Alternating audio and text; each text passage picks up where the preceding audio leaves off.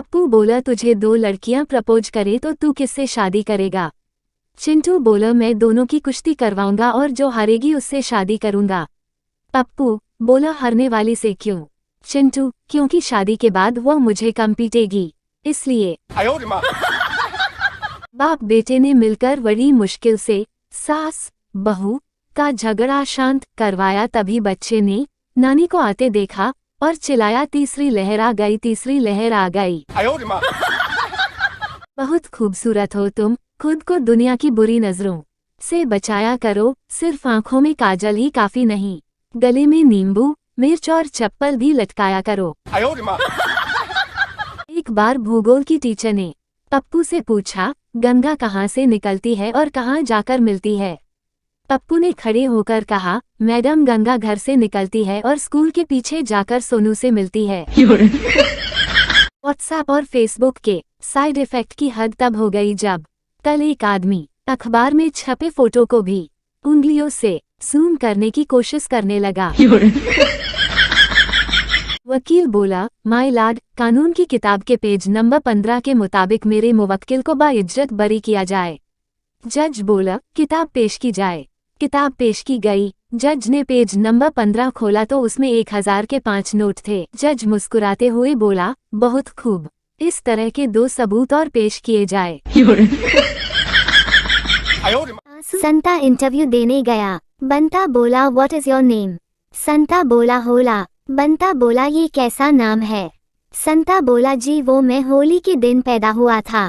बंता बोला अच्छा हुआ तो लोहड़ी के दिन पैदा नहीं हुआ। दोस्तों आपसे एक निवेदन है, नए हो तो हमारे चैनल को सब्सक्राइब जरूर कर लीजिए और वीडियो को लाइक कमेंट में बताओ आप कहाँ से हो। संता ने बॉस को एक दिन घर बुलाया। बॉस बोला आपका लड़का कहाँ है? संता बोला यही है अंदर। मैंने नाम पे ही उसका नाम रखा हुआ है। बॉस बोला उसे बुलाना जरा उसे। संता बोला ओए छूतिए बाहर आ। बॉस बेहोश। संता बैंक में अकाउंट खुलाने गया। संता बोला अकाउंट खोलने का फॉर्म देना। मैनेजर बोला ये लो फॉर्म जल्दी भर के दो। संता फॉर्म लेके दिल्ली चला गया। मैनेजर बोला अबे तू फॉर्म लेके दिल्ली क्यों चला गया? संता बोला अरे तुमने ही फॉर्म में लिखा था fill the form in capital. Manager बेहोश। लड़की बोली इतना लेट क्यों हो गए? मैं कब से इंतजार कर रही हूँ।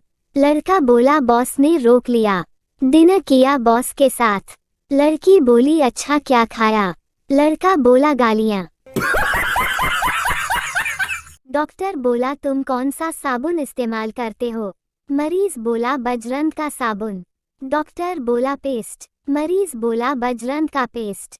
डॉक्टर बोला शैम्पू। मरीज बोला बजरंग का शैम्पू। डॉक्टर बोला ये बजरंग कहाँ की कंपनी है? मरीज बोला बजरंग मेरा रूममेट है। बहू अपनी सास के पास जाती है और कहती है माँ जी कल रात मेरा उनसे झगड़ा हो गया। सास बोली कोई बात नहीं, ये तो हर पति में होता रहता है। बहू बोली वो तो मुझे भी पता है, पर ये बताइए अब लाश का क्या करना है?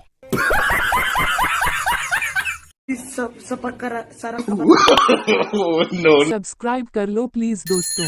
बीमा कंपनी के एक एजेंट से एक साहब ने पूछा अगर मैं अपनी पत्नी का बीमा करवाऊं और कल वह मर जाए तो मुझे क्या मिलेगा?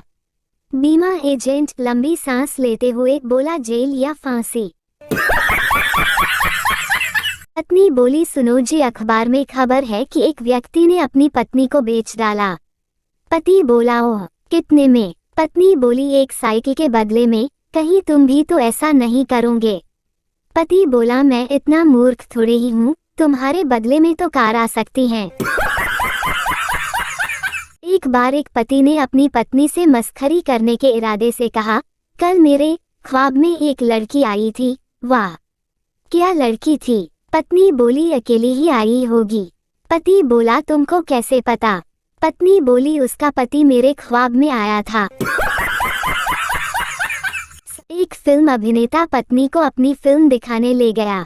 पत्नी ने जब देखा कि उसका पति हीरोइन के साथ बड़े जोर शोर से रोमांस कर रहा है तो उससे रहा नहीं गया और वह अपने पति से बोली तुम मुझे तो कभी इस तरह प्यार नहीं करते, इसे क्यों कर रहे हो? अभिनेता बोला, इसे प्यार करने के मुझे 50 लाख मिले हैं। एक आदमी की बीवी लापता हो गई। उस आदमी ने अखबार में बीवी की गुमशुदगी का इश्तेहार कुछ इस तरह छपवाया, मेरी बीवी पिछले 5 दिनों से लापता है। जो कोई भी उसकी खोज खबर मेरे पास लाएगा या उसे खोजने की कोशिश करेगा, वो अपनी जान से हाथ धो बैठेगा। लड़का बोला, लड़कियां लव मैरिज क्यों करती हो? लड़की बोली, अनजान नमूना मिलने से अच्छा है जाना पहचाना कमीना मिल जाए। फिर लड़की बोली, तुम लड़के लव मैरिज क्यों करते हो? लड़का बोला, एनाकोंडा मिलने से अच्छा है कि पहले से पाली हुई नागिन मिले। औरत कोमा में चली गई। पति मुर्दा समझ के जलाने चला, रास्ते में अर्थी खंभे में टकरा गई और औरत को होश आ गया और उसे वापस घर ले आए।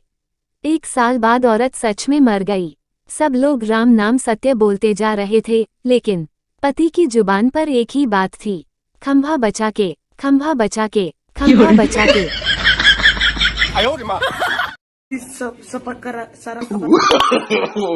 सब्सक्राइब कर लो प्लीज दोस्तों।